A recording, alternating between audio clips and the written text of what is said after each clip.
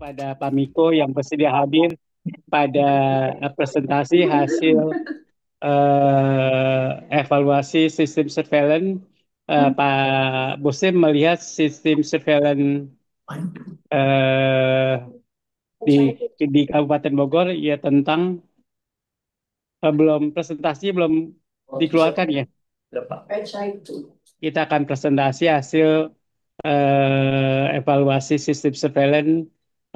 Kebetulan Sidik mengevaluasi sistem surveillance SIV di Kabupaten Bogor dan untuk itu Sidik dipersilakan untuk presentasi paling lama 20 menit dan diteruskan dengan tanya jawab. Silakan Sidik. Baik, Assalamualaikum warahmatullahi wabarakatuh dan selamat siang semua.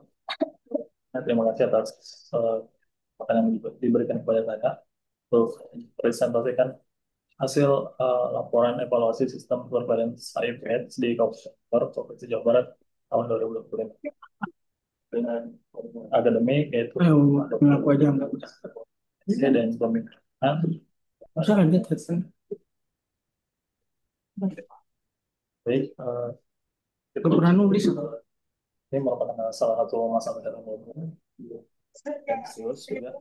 Jadi dari data Kementerian Kesehatan sendiri kan bahwa orang yang hidup dengan HIV atau biasa disebut dengan HIV mencapai sekitar 540.000 orang pada tahun 2022.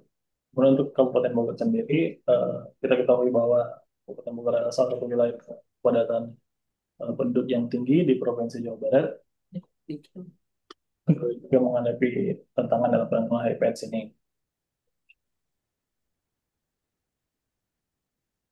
Selanjutnya, untuk sistem surveillance penyakit HIV sendiri itu memegang peranan yang sangat krusial dalam upaya pencegahan dan pengendalian penyakit ini.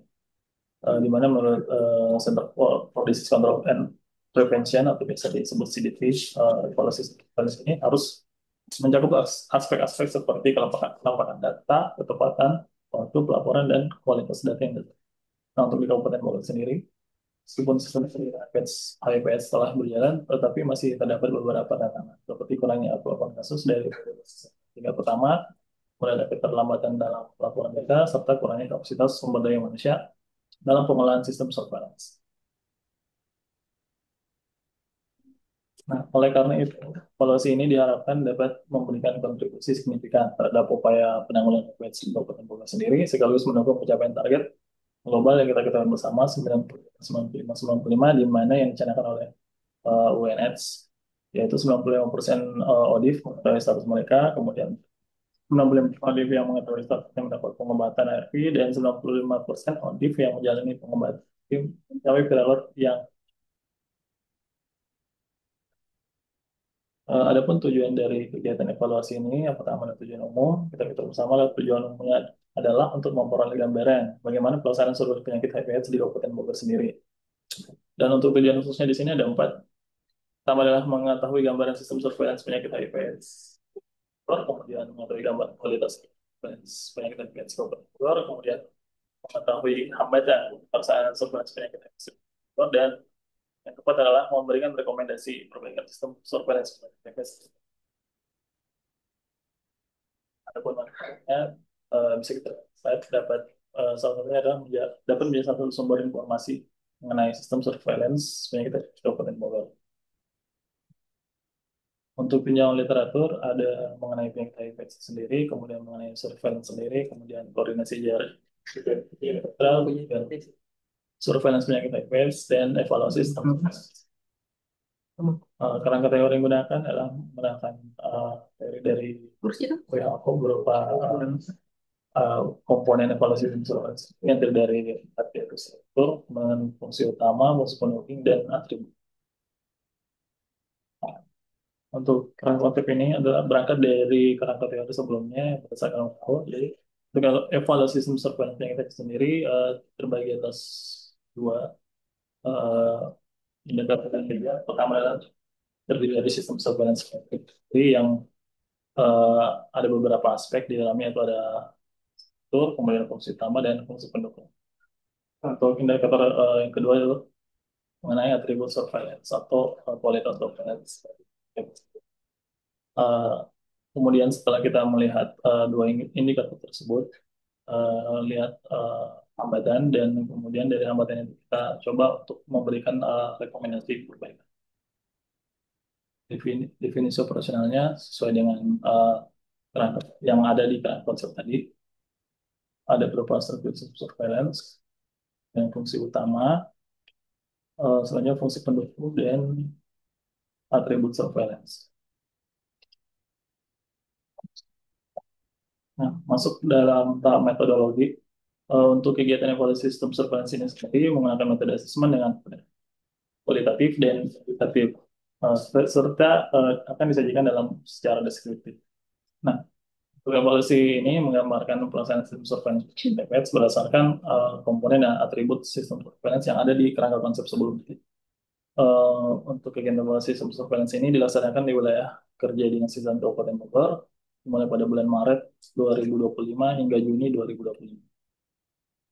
Untuk populasi sendiri, populasi dalam kegiatan evaluasi sistem surveillance IPEDS di Kabupaten ini adalah semua unit pelayanan kesehatan yang memiliki jejaring sistem surveillance IPS di Kabupaten Bogor. Adapun unit pelayanan kesehatan tersebut adalah puskesmas dan rumah sakit yang berada di wilayah ya, dinas kesehatan Kabupaten Bogor. Untuk sampelnya sendiri adalah 21 layanan perawatan dan pengobatan, biasa disebut PDP-HIV yang ada di Kabupaten Bogor. Kemudian dari 21 layanan ini terdiri dari 7 rumah sakit, di mana ada 2 rumah sakit swasta dan 5 RSUD. Dan sisanya adalah 14 puskesmas. Untuk pengumpulan data, untuk data prima seperti biasa, kita menggunakan metode wawancara. Dan untuk data sekunder, melihat observasi dari laporan rutin ataupun profil kesehatan dan lainnya. Untuk pengolahan data seperti biasa, melalui proses editing, coding, entry, dan tabulasi. Dan analisis data sendiri menggunakan aplikasi pengolah data, itu berupa Microsoft Excel dan Powerpoint. Dan untuk data berupa grafik, tabel, dan isi adalah dana kegiatan dari bulan Maret hingga ternyata untuk kerangka kerja bisa dilihat kami membentukkan stakeholder, kemudian menambahkan pentingnya surveillance advantage, kemudian mengumpulkan data dan mengumpulkan, kemudian mengambil sistem berbahan berdasarkan struktur fungsi dan fungsi pendukung, kemudian menggambarkan kualitas sistem surveillance berdasarkan atribut, selanjutnya hambatan dalam surveillance dan merumuskan rekomendasi. Baik, kita masuk pada hasil. Jadi tadi kita ketahui sendiri bahwa Kabupaten Bogor itu salah satu provinsi dengan penduduk banyak di Indonesia, di mana Kabupaten Bogor sendiri berada di Provinsi Jawa Barat dengan luas sekitar lebih dari 2 juta kilometer persegi dan untuk penduduknya sendiri kurang lebih 5,6 juta jiwa dan terdiri dari 40 kecamatan dan 101 puskesmas. Berdasarkan karakteristik responden, kita ketahui sendiri tadi ada 21 responden. Di sini terdiri dari satu orang laki-laki dan 20 perempuan. Kemudian untuk berdasarkan profesi, 100% bisa dilihat yang terbanyak ini adalah perawat. Kemudian untuk status kepegawaian, rata-rata udah kan sudah ASN. Kan untuk di 2 rumah sakit tadi sudah menjadi pegawai tetap. Kemudian untuk distribusi respon berdasarkan jumlah tugas tambahan bisa dilihat di sini. Untuk tugas tambahan yang paling banyak itu dua dua tugas tambahan sebanyak 8 orang. Kemudian untuk lama kerja sebagai pengelola program HIP sendiri bisa dilihat di sini untuk lama kerja paling banyak adalah 6 orang selama lama kerja 1 tahun. Untuk kelompok umum sendiri paling banyak adalah kelompok umur antara 31 sampai 40 tahun sebanyak 9 orang. Dan untuk karakteristik respon yang terakhir adalah berdasarkan lama kerja di instansi, kita masuk pada komponen evaluasi sistem surveillance. Yang pertama struktur sistem surveillance, yang pertama adalah aspek di mana dari 21 responden sendiri sudah mengetahui apa saja dasar dari surveillance HIV. Nah, rata-rata dari 21 responden ini ketika di wawancara mereka mengetahui mengenai Permenkes yang nomor 23 tahun 2022. Ini menjadi dasar dari mereka melakukan penanggulangan ataupun surveillance HIV di instansi mereka masing-masing. Kemudian untuk koordinasi jaring dan kemitraan, eh, 21 responden ini melakukan koordinasi lintas program dan surveillance HIV. Bisa dilihat di slide. Adapun instansi yang terlibat ada kesehatan, kemudian 101 puskesmas, kemudian rumah sakit pemerintah, rumah sakit pemerintah, klinik, lembaga swadaya masyarakat, dan ada kader dan komisi penanggulangan AIDS. Adapun bentuk kegiatannya seperti penyuluhan tentang HIV, baik itu ke sekolah, poliklinik ataupun ke posyandu. Kemudian ada screening HIV untuk populasi berisiko. Kemudian ada rapat koordinasi mengenai TB HIV, kemudian ada pemeriksaan triple eliminasi, mobile VCT, kemudian penulisan audif, yang loss follow up, pelatihan petugas kesehatan, dan dukungan logistik. Selanjutnya, untuk strategi surveillance, berdasarkan plan of action terkait surveillance set, dari 21 responden semuanya sudah melakukan perencanaan dalam plan of action yang dibuat dalam setiap tahunnya. Nah, adapun kegiatan yang memperkuat sistem surveillance ini ada berupa edukasi perilaku seksual yang aman, pengenjam suntik dan pengenal narkoba, kemudian ada LOLI atau biasa disebut loss handling untuk pasien loss to follow up, kemudian ada mobil VCT dan PrEP, kemudian ada screening HIV pada populasi berisiko, kemudian laporan. Nah, untuk bentuk kegiatan koordinasi jaring kemitraan itu, yang pertama sulitnya mengubah stigma dari masyarakat dalam arti pasien loss to follow up itu sulit ditemukan, kemudian masih kurang kesadaran masyarakat, kemudian kunjungan rumah ke pasien belum maksimal, dan dilakukan pemetaan kasus. Nah, untuk berikut adalah untuk fungsi-fungsi surveillance. Pertama adalah deteksi kasus.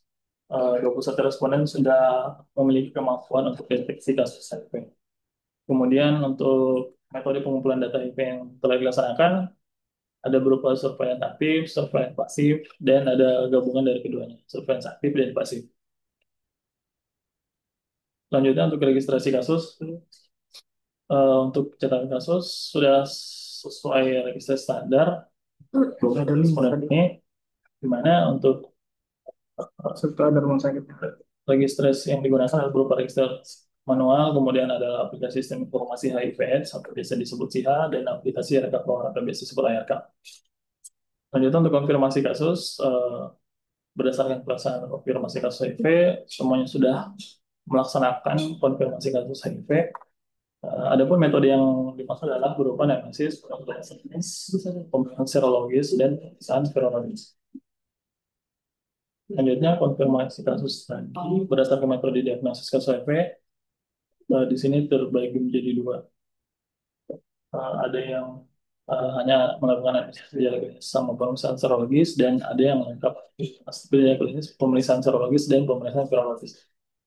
Selanjutnya untuk pelaporan, untuk penggunaan sarana pelaporan terkait HIV, seperti yang disebut sebelumnya, ada yang menggunakan SIHA, kemudian ada yang menggunakan SIHA dan ARK, kemudian ada yang menggunakan laporan manual SIHA dan ARK. Selanjutnya, analisis dan interpretasi data. Semuanya sudah melaksanakan analisis dan melakukan interpretasi dari data surveillance HIV. Untuk metode analisis datanya, ada 13 responden masih melakukan metode deskriptif, dan ada sekitar 8 responden yang melakukan deskriptif. Selanjutnya yang dilakukan analis analitik. Selanjutnya, berdasarkan bentuk perjalanan data, eh, seperti yang kita ketahui narasi, kemudian grafik, dan ada juga yang sampai membuat pemetaan. Kemudian untuk diseminasi, berdasarkan diseminasi informasi terkait HIV, eh, responden dari 21 responden ini semuanya melaksanakan diseminasi informasi dan distribusikan dalam bentuk laporan rutin bulanan. Selanjutnya, untuk respon umpan balik, 21 responden ini telah eh, menerima respon atau umpan balik dari baik dari dinas kesehatan ataupun dinas lainnya. Kemudian untuk bentuk kegiatannya seperti bisa dilihat di slide, seperti pelaporan rutin, kemudian mendapatkan dukungan logistik, kemudian konfirmasi pasien rujuk masuk dan rujuk keluar dari layanan lain, kemudian perbaikan monitoring evaluasi, kemudian survei lapangan, pertemuan perangkat jaring, dan peningkatan mobile pemeriksaan pasien. Kalau saya di Lanjutnya untuk fungsi yang didukung, pertama untuk pedoman. Saya dokumen ini telah mengetahui panduan standar dalam surveillance HIV seperti pada struktur surveillance sebelumnya mengenai legal aspek. Pertama, mereka mengetahui mengenai Permenkes nomor 23 tahun 2022 tentang pengelolaan HIV. Selanjutnya untuk pelatihan, eh, berdasarkan keterlibatan dalam kegiatan sosialisasi ataupun pelatihan tentang HIV ini, 19 responden pernah mengikuti sosialisasi atau pelatihan. Namun ternyata dari hasil wawancara terdapat dua responden yang eh, menyatakan bahwa belum pernah mengikuti pelatihan surveillance HIV. Nah, untuk pelatihan sendiri biasa dilaksanakan oleh Kementerian Kesehatan, Dinas Kesehatan Provinsi, Dinas Kesehatan Kabupaten, serta organisasi non-pemerintah. Lanjut untuk supervisi, monitoring, dan evaluasi. Untuk berdasarkan supervisi surveillance HIV, eh, ada satu yang menyatakan bahwa tidak pernah mendapatkan kunjungan supervisi surveillance HIV dari total 21 responden. Kemudian dalam kunjungan supervisi ini, setelah diwawancarai, ternyata dalam proses supervisi itu ada tiga hal yang jadi pembahasan. Yang pertama adalah mendiskusikan kesadaran sumber daya, kemudian mendiskusikan proses pengumpulan data, analisis, dan interpretasi, kemudian diskusikan permasalahan yang dihadapi dalam kegiatan surveillance TV untuk sekaligus diberikan saran perbaikan. Selanjutnya untuk pelaksanaan monitoring dan evaluasi surveillance HIV. Semuanya menyatakan bahwa pernah dilakukan monitoring dan evaluasi analisis surveillance HIV ini. Adapun kegiatannya berupa pemeriksaan kelengkapan laporan, kemudian ketepatan laporan, kemudian capaian indikator dan permasalahan yang dihadapi. Selanjutnya untuk sumber daya manusia, jadi sebenarnya di eh, 21 ini layanan PDP, saya dapat pelatihan itu setelah saya wawancarai, ternyata di PDP itu ada tim. Jadi di satu tim itu ada 5 orang yang bertugas. Ada dokter, perawat, terus ahli laboratorium, kemudian farmasi dan RR. Untuk aspek anggaran, berdasarkan penyediaan anggaran terkait surveillance HIV, ternyata ini hampir sebagian antara yang merasa bahwa tersedia anggaran surveillance HIV dan yang merasa tidak tersedia anggaran terkait surveillance HIV. Biasa untuk anggaran ini biasa dipakai untuk dana pelatihan ataupun bantuan logistik. Nah, biasanya bersumber dari organisasi non pemerintah seperti EPIC dan Global Fund lainnya. Nah, untuk sarana dan prasarana, berdasarkan kejadian sarana dan prasarana, semuanya sudah di sarana dan prasarana di instansi masing-masing. Nah, berupa sudah disediakan lembar register, kemudian juga melalui aplikasi web yaitu SIHA dan AirTag. Kemudian untuk atribut surveillance, pertama adalah kesederhanaan. Jadi 21 responden ini sudah merasa bahwa sistem surveillance yang dijalankan itu sudah cukup sederhana. Nah, di mana terutamanya itu dalam pencatatan dan pelaporan yang sudah menggunakan aplikasi berbasis web, PC dan untuk kelengkapan sendiri, untuk kelengkapan data, cuma ini saya kemarin kira 21 responden ini menyatakan bahwa data yang mereka laporkan itu sudah lengkap. Nah, adapun pelaporannya yang biasa dilaporkan adalah TTS, TIPK, LBP, HA, NP, TLD, PL, Kohor, TPT, dan juga yang MMD. Kemudian untuk ketepatan waktu, untuk ketepatan waktu, eh, eh, semua responden melakukan pelaporan di akhir periode sesuai batas waktu yang sudah ditentukan. Kemudian untuk aspek penggunaan, eh, semua juga merasa bahwa data surveillance ini bermanfaat untuk keberhasilan dari program HIV itu sendiri, di mana eh, dari data surveillance HIV ini bisa mendeteksi adanya masalah lainnya, kemudian melihat tren permasalahan, kemudian melihat faktor risiko penularan, dan sebagai bahan acuan dalam memberikan rekomendasi pada penanggulangan HIV. Kemudian untuk fleksibilitas, dari 21 responden, ada 3 responden yang merasa bahwa eh, tidak mampu jika sumber dayanya itu tidak memadai. Seperti anggaran contohnya yang sudah dijelaskan sebelumnya. Kemudian untuk sensitivitas, 21 responden ini setelah diwawancarai merasa bahwa survei HIV yang mereka lakukan cukup baik dalam menangkap permasalahan HIV yang ada di masyarakat.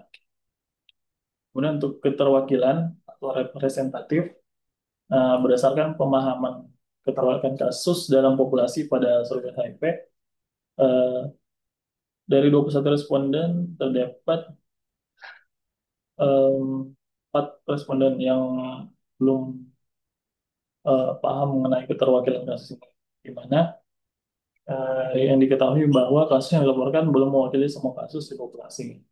Seperti data dari rumah sakit tidak dapat diketahui dan sebagian besar pasien tidak berobat ke puskesmas. Dan tidak semua pasien itu mau di screening. Dan beberapa pasien positif menolak untuk pengobatan. Suaranya dibesar. Suara diperbesar. Oh, selanjutnya untuk akseptabilitas, di mana semua responden merasa eh, bisa menerima mengenai sistem surveillance HIV yang sudah dilaksanakan sesuai dengan prosedur yang sudah diatur dalam pedoman surveillance HIV itu sendiri. Dan untuk nilai prediksi positif dari dokter lain, semua menyatakan bahwa ya, sistem surveillance mampu mendeteksi orang-orang yang benar-benar memiliki masalah HIV dengan menggunakan konfirmasi laboratorium atau alat diagnostik yang ditetapkan dari semua kasus yang ada. Berdasarkan indikator evaluasi sistem surveillance sebelumnya yang sudah dijelaskan, beberapa hambatan yang ditemukan dalam pelaksanaan surveillance HIV. Yang pertama adalah stigma masyarakat dan kesadaran yang kurang, kemudian pasien lost to follow up, kemudian kunjungan rumah yang belum maksimal, kemudian ada pemetaan kasus yang belum dilakukan, kemudian ada keterbatasan sumber daya manusia, kemudian ketersediaan anggaran yang tidak merata, dan selanjutnya adalah representasi data kasus yang belum sepenuhnya komprehensif. Nah, dari beberapa hambatan sebelumnya, kami merekomendasikan beberapa poin untuk perbaikan sistem surveillance HIV ini. Yang pertama adalah mengintensifkan edukasi masyarakat dan kampanye anti stigma dalam meningkatkan kesadaran, mengurangi diskriminasi terhadap ODIP, dan mendorong partisipasi aktif dalam program pencegahan serta surveillance. Selanjutnya adalah mengoptimalkan program penelusuran dan pelacakan pasien HIV yang lost to follow up. Selanjutnya adalah melaksanakan pemetaan kasus HIV secara berkala, di mana fungsi dari pemetaan itu sendiri adalah mengidentifikasi area hotspot atau klaster penularan yang dapat menjadi dasar untuk intervensi yang lebih terfokus. Dan selanjutnya lagi adalah memastikan ketersediaan sumber daya manusia yang memadai dan alokasi anggaran yang cukup serta berkelanjutan untuk kegiatan surveillance. Dan yang terakhir adalah memperkuat mekanisme verifikasi data dan meningkatkan jangkauan surveillance untuk memastikan data yang terkumpul lebih representatif dari populasi. Adapun kesimpulannya, berdasarkan tujuan yang sudah dijelaskan sebelumnya, ada empat. Pertama adalah gambaran sistem surveillance penyakit HIV di Kabupaten Bogor bisa dikategorikan cukup baik. Sudah terpenuhi baik secara struktur, fungsi utama, dan fungsi pendukung. Selanjutnya adalah gambaran kualitas sistem surveillance penyakit HIV di Kabupaten Bogor juga bisa dikategorikan cukup baik, di mana semua atribut surveillance sudah tercukupi. Selanjutnya adalah untuk hambatan, di mana pelaksanaan surveillance HIV/AIDS di Kabupaten Bogor itu masih dihambat oleh stigma masyarakat yang sulit diubah dan rendahnya kesadaran, kemudian menyebabkan pasien lost follow up serta data yang belum sepenuhnya representatif dan diperparah oleh kunjungan rumah yang belum maksimal dan belum adanya pemetaan kasus, keterbatasan SDM di beberapa instansi dan ketersediaan anggaran yang tidak merata. Dan kesimpulan terakhir adalah rekomendasinya adalah untuk meningkatkan sistem berupa mengintensifkan edukasi anti stigma, kemudian menguatkan penelusuran pasien lost to follow up, melakukan pemetaan kasus, serta memastikan peningkatan sumber daya manusia dan ketersediaan anggaran, diiringi perbaikan kualitas data dan strategi penjangkauan yang lebih komprehensif. Adapun saran, yang pertama adalah perkuat aspek keterwakilan data dan penjangkauan. Kedua ada prioritaskan pengurangan stigma dan peningkatan kesadaran. Selanjutnya alokasikan sumber daya yang memadai dan berkelanjutan. Dan yang terakhir adalah tingkatkan kualitas data melalui verifikasi dan integrasi sistem. Baik, mungkin itu saja yang bisa saya sampaikan. Saya kembalikan ke Panko. Ya, terima kasih Muslim atau Sidik atas presentasinya. Saya lanjutkan dengan tanya jawab ya atau diskusi. Dipersilakan Pak Adang kalau ada masukan dan pertanyaan atau perbaikan pada evaluasi surveillance yang dilakukan oleh Muslim atau Sidik. Silakan Pak Adang. Terima kasih Pak Miko. Assalamualaikum warahmatullahi wabarakatuh. Eh, Waalaikumsalam warahmatullahi wabarakatuh. Terima kasih Pak Mas Muslim sudah eh, menggambarkan terkait dengan sistem surveillance HIV di Kabupaten Bogor. Eh, Ini yang kita lihat pertama adalah hasilnya sistem surveillance cukup baik ya. Kalau saya lihat terakhir cukup baik. Dan memang kalau dilihat dari data yang ditampilkan juga cukup baik ya. Padahal kita ketahui bahwa HIV itu salah satu penyakit yang punya keunikan sendiri ya, Pak Miko.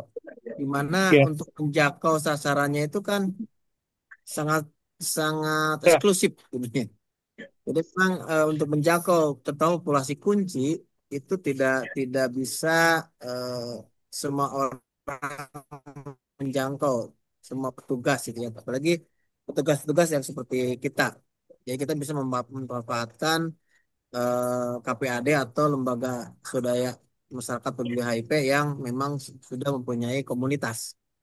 Nah, artinya memang di sini ada satu sistem surveillance yang eh, mungkin nanti bisa lebih digambarkan oleh Mas Muslim ya terkait dengan penjangkauan populasi kunci gitu ya, di mana pasti kalau di kita di Bogor itu pasti melibatkan LSM peduli HIV yang memang mereka sudah punya akses untuk masuk ke komunitas-komunitas tertentu seperti komunitas LSL, WPS dan lain itu kan agak sulit untuk kita masuk. Nah ini barangkali belum tergambarkan secara jelas. Nah di kesembilan akhir juga disampaikan Bang Muslim terkait dengan stigma. Nah, kalau boleh mungkin bisa dijelaskan kembali Mas di di sistem mana ya yang kurang yang kurangnya sehingga memang stigma ini menjadi satu satu masalah yang harus yang muncul di sistem surveillance yang Mas Muslim sampaikan tadi gitu ya. Itu yang kedua. Nah, yang ketiga adalah tadi juga disampaikan ada beberapa kekurangan tenaga, ada yang sampai satu pasien itu dua ya. Padahal kalau kalau dilihat tadi yang dilihat Mas Muslim adalah layanan PDP ya. Kalau PDP itu harus minimal ada dokter, perawat, lab, minimal 3 tempat orang. Di situ ada yang dua. Nah itu barangkali bisa dijelaskan Mas Muslim. Itu dulu Pak Miko, punten. Ya, terima kasih Pak Adang. Silakan Muslim ditanggapi. Baik, terima kasih atas pertanyaan dan sarannya, Pak. Yang pertama mengenai laporan populasi kunci. Nanti sebelumnya terima kasih sarannya, Pak. Mungkin di laporan saya belum saya jelaskan mengenai bagaimana penyakit populasi kunci yang bekerja sama dengan LSM, baik itu female plus, KPAD, dan lain sebagainya. Terus yang selanjutnya mengenai stigma. Eh, Kalau yang stigma ini Pak dari beberapa responden, dari 21 responden ada beberapa yang selama wawancara eh, eh, mereka ini eh, macam curhat begitu Pak. Jadi setiap mereka turun ke lapangan, terkadang orang yang pasien yang mereka datang ini nggak mau bertemu dengan mereka. Katanya eh, ada tetangganya pada mengasingkan eh, pasien ini dan itu tidak akan jadi satu responden tetapi di responden lainnya juga mengatakan hal yang demikian. Untuk stigma seperti itu Pak. Kemudian untuk SDM, nah ini ada satu instansi yang waktu itu saya wawancara, katanya dia cuma dua saja perawat sama yang SKM-nya ini yang mengerjakan surveillance HIV di instansi itu Pak. Jadi mereka sebenarnya membutuhkan tenaga bantuan. Tapi untuk lebih jelasnya sebenarnya mereka belum menjelaskan kenapa bisa dua. Baik Pak, saya kembalikan ke Pak Miko. Ya, eh, gimana Pak Adang? Ya, mungkin maksudnya ini misalnya stigma itu muncul karena memang di sistem surveillance-nya misalnya ada hal-hal yang kurang, misalnya di aksesibilitas atau mungkin di apa ya, di sensitivitas barangkali ya. Nah, apakah itu bisa dikaitkan nggak Mas ke sehingga kesimpulannya adalah memang stigma gitu, gitu ya? Ya, silakan Muslim.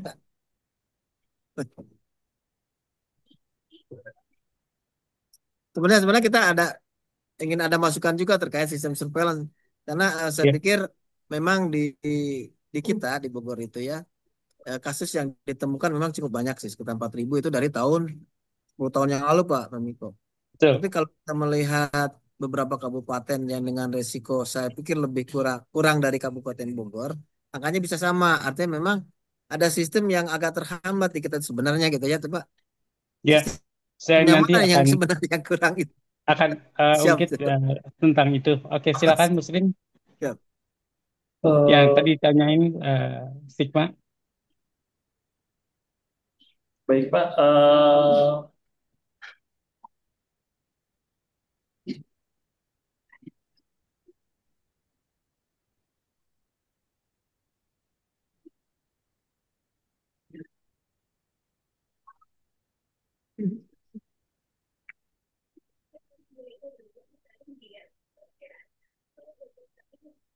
Ya, silakan Muslim. ya Pak siap. Jadi eh, sebenarnya untuk stigma itu sendiri, eh, saya kembali lagi sih Pak jawaban saya yang sebelumnya tadi.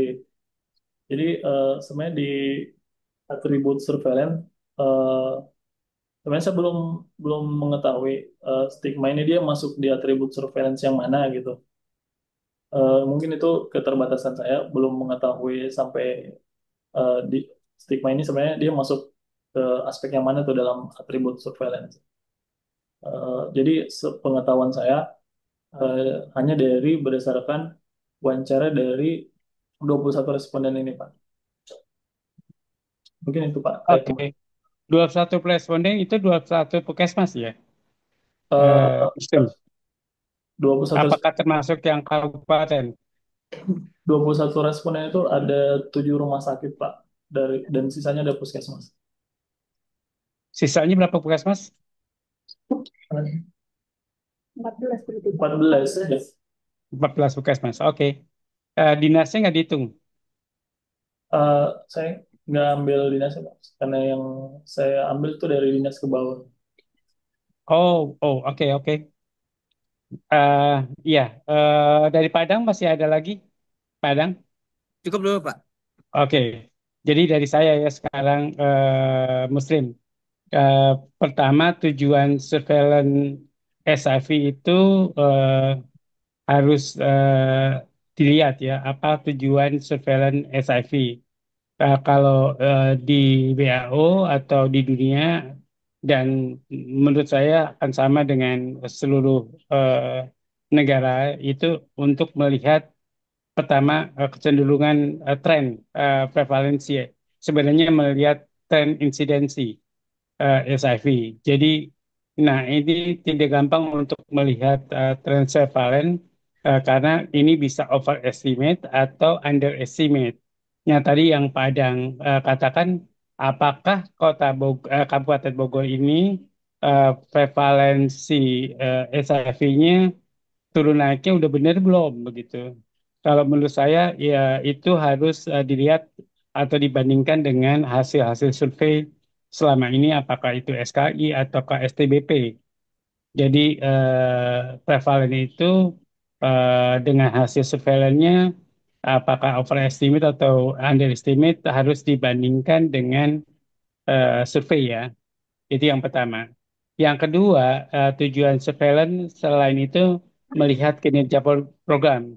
Tapi tidak semua kinerja program menjadi indikator surveillance, ada indikator program yang berbeda.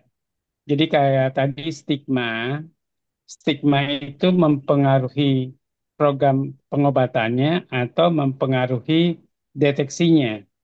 eh, eh, Kalau mempengaruhi deteksinya, maka penemuan kasus SIV jadi akan berkurang di Kabupaten Bogor. Kalau mempengaruhi pengobatannya, pengobatannya kompleks. Jadi menurut saya kepatuhan dari pengobatan SIV yang seumur hidup itu memang rendah di Indonesia. Kita belum tahu sebab-sebabnya. Saya sudah melakukan penelitian di Papua tentang kepatuhan pengobatan. Kalau di Papua adalah tentang kepedulian. Jadi orang-orang Papua tidak peduli dan dia salah satu yang penyebab dia menjadi rendah pengobatannya karena stigma tadi. Stigma tadi mempengaruhi jadi orang banyak yang pindah berobatnya. Jadi orang Sentani banyak yang berobat ke Jayapura. Jadi banyak orang Jayapura yang berobat ke Sentani. Jadi bahkan orang-orang desa berobatnya ke kota begitu. Karena mereka tidak ingin diketahui oleh orang-orang desanya begitu. Nah, itu pada pengobatan atau kepatuhan pengobatan dan jadi indikator surveillance. Jadi kamu kan sudah mengadakan jadi pencatatan pelaporan pada surveillance SIV itu ada SIHA, ada ya Kak. cohort ya. Jadi ada kohortnya untuk melihat kepatuhan pengobatan. Kalau si hanya untuk melihat prevalence SIV. Nah, untuk melihat prevalence SIV itu tidak gampang ya. Jadi harus melihat tadi eh, jumlah populasi kunci, apakah jumlah populasi kuncinya bertambah atau tidak, atau populasi berisikonya. Kemudian juga ibu hamil ya yang wajib diperiksa SIV-nya dan membaca prevalence HIV pada populasi kunci itu berbeda dengan pada ibu hamil karena ibu hamil adalah prevalence di masyarakat kalau populasi kunci adalah populasi kunci pada yang risiko tinggi. Jadi kalau di masyarakat bukan berisiko tinggi, kalau pada populasi kunci adalah yang berisiko tinggi. Ya, jadi itu akan dibaca berbeda. Yang ketiga ada surveillance sentinel. Saya nggak tahu apakah ada sentinel yang ditentukan oleh Kabupaten Bogor sebagai sentinel. Kalau ada daerah-daerah prostitusi atau hotspot-hotspot tertentu. Jadi sentinel surveillance biasanya pengukurannya setahun sekali begitu. Atau STBP yang dilakukan 3 tahun sekali begitu. Tapi itu mungkin untuk kabupaten eh, atau mewakili atau tidak mewakili harus dibaca lagi sampelnya begitu. Apa hotspot yang dipilih pada STBP itu akan mewakili daerah kabupaten tertentu begitu. Kalau kayak Bogor, apakah STBP tahun 2013 ya, dua, dua, 22 terakhir eh, 22 enggak 18 ya terakhir mewakili Kabupaten Bogor begitu. Jadi harus dilihat lagi apakah dia mewakili atau tidak. Ya, anggaplah kalau seandainya hotspot yang diambil dalam SCBP itu tiga hotspot. Nah, hotspot itu berbeda-beda tuh. Hotspot untuk PSK atau pekerja seksual komersial. Kemudian apakah itu hotspot untuk gay LSM, apakah itu hotspot untuk campuran begitu. Jadi harus dilihat. Jadi nah itu eh, kalau kemudian sentinelnya dan STBP-nya itu membacanya setahun sekali dan 3 tahun sekali. Jadi kamu kalau mau melihat surveillance melihat seluruhnya begitu. Jadi apakah surveillance yang rutin tadi antara si H dan ibu hamil itu apakah si H ibu hamil dan di si H itu ibu hamil dan populasi kunci disatukan. Kalau disatukan menurut saya membacanya harus terpisah ya. Ya, dan menurut saya orang-orang surveillance belum ngeh ya bagaimana membaca prevalence pada populasi kunci dan pada ibu hamil karena yang satu berisiko tinggi, yang satu populasi akan mewakili populasi. Jadi hati-hati itu kalau melihat trennya. Jadi menurut saya eh, harusnya dilakukan evaluasi yang komprehensif sehingga eh, eh, berguna buat Kabupaten Bogor. Sidik. Kamu dipanggil Sidik apa Muslim sih? Muslim Pak. Muslim, oke, Muslim. Ya. Oke, Muslim begitu ya. Oke, mungkin begitu Padang. Ada tambahan dari Padang? Siap. Saya kira memang begitu Pak. Iya. Cuma memang kita dulu sih ada sentinel Pak dua di Hmm, Cilengsi dan Ciomas, tapi sekarang sudah tidak ada itu. Memang tidak ada iya. sentinel Pak di kita. Karena Hmm. lokalisasinya dibubarkan. Iya, dibubarkan Pak. Jadi sekarang udah ngacak Iya, sekarang. oke. Karena tadi ada lokalisasi, lokalisasi dibubarkan. Ini bahaya buat Betul. SAFI karena PSK-nya menjadi di semua tempat ya. Jadi Bogor kelihatannya bersih, tapi karena PSK-nya lokalisasi dibubarkan kayak Jakarta, maka mereka beroperasi. Saya membaca di koran pada waktu itu terdengar di hotel di Jalan Raya Bogor ada PSK Betul. begitu. Jadi di sampai masuk koran begitu. Jadi Betul. mereka beroperasi di jalan atau di hotel-hotel begitu di Jalan Raya Bogor begitu. Jadi saya sih baca baca koran doang Pak. Kadang eh, Iya, iya. Oh, saya udah Jadi tahu. iya, kalau nggak baca Quran juga nggak tahu gitu. Jadi saya mendengar dari mahasiswa yang pernah dari Puskesmas apa nih, yang perempuan dari Kabupaten Bogor, kemudian Kota Bogor kalau nggak salah. Di alun-alun juga banyak begitu, bahkan banyak anak atau remaja yang Aja. eh, melakukan hubungan seksual sembarangan begitu. Jadi itu di alun-alun Bogor, Kota Bogor atau di kebun raya di pinggir jalannya itu. Serem begitu. Jadi belum kita bicara kalau di Kabupaten Bogor tuh puncak begitu, kayak Puncak. puncak Betul. kayak puncak mendekati Cianjur begitu. Betul, Itu betul. daerahnya lebih seram. Iya, Bahkan menurut saya berita-beritanya sudah masuk koran. Jadi saya membacanya yang di koran saja. iya, Tapi iya. isunya enggak. Saya sih mendengar Survei itu, sama Pak tapi Muslim, Pak. ah, Survei sama Pak Muslim, Mas Muslim. oh, oke oke ya. Jadi saya membaca isu dari orang-orang, saudara saya pernah menikah dengan orang sana begitu. Nikah kontrak begitu, ada nikah kontrak di puncak begitu. Ya, Jadi wow. Jadi maka itu harusnya menjadi hotspot.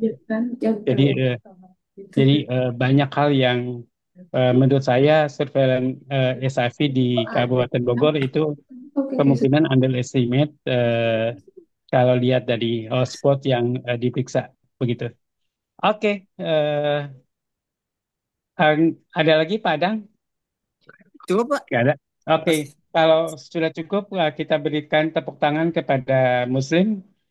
Ya, terima kasih kepada Pak Adang. Lagi sibuk-sibuknya ada menteri menyempat-sempatkan untuk hadir daring pada presentasi hasil evaluasi surveillance. ya. Dan juga terima kasih kepada Pak Miko. Kemudian jauh-jauh dari Pontianak sempat hadir surveillance pada hari ini. Wassalamualaikum warahmatullahi wabarakatuh. Waalaikumsalam. Izin, Pak, Ya, izin. saya Izin, Pak.